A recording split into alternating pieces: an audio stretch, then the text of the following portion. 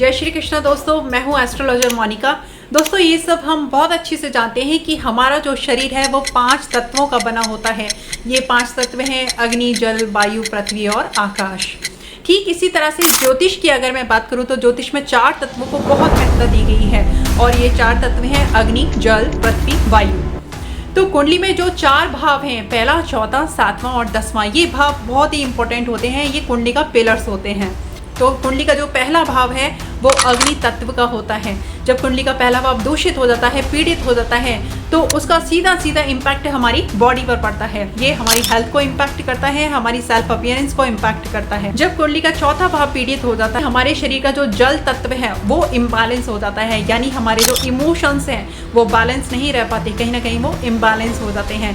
ठीक इसी तरह से कुंडली का जो 7वां भाव है वो वायु तत्व का है।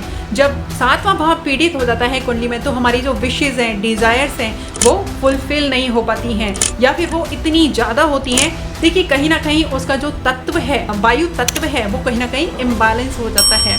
ठीक इसी तरह से कुंडली का जो 10वां भाव है वो पृथ्वी तत्व का कहलाया जाता है, जो कि हमारे कमाई के रास्ते बताता है।